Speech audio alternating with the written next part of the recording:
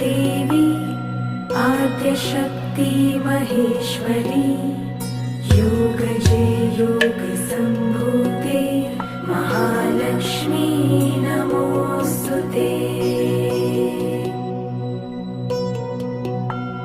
स्थूलसूक्ष्म महारौद्रे महाशक्ति महोदरे महापापहरे देवी महालक्ष्मी नमोऽस्तुते।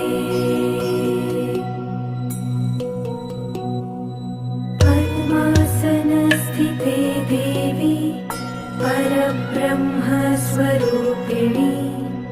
परमेशी जगन्मातर् महालक्ष्मी